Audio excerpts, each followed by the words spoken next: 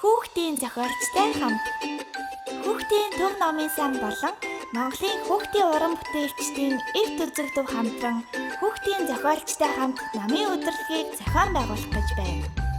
Удирдлагт хүүхдүүд бидний хайртай олон сайхан ном зохиол, дуу шүлгийг тойрвсон хүндтэй хүүхдийн зохиолчд маань бүгдээрээ хүрэлцэн ирж уншигч хүүхдүүдтэйгээ хамт дурсамжтай, хөгжилтэй өдрийг өнгөрүүлнэ.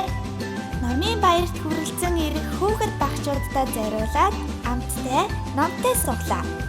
Гэрэлт дуран, гэрэл зургийн үзэсгэлэн, ээжээ номын санд очие, шинэхэн номын нээлт. Өвлийн өвөд захидал бичих хуралдаа. Мөн ээж аваадад зориулсан илтгэл зөвлөгөө. Авьяасаа үзүүлэх боломжтой чөлөөт тайз зэрэг олон сонирхолтой зүйлсийг бэлдсэн байгаа.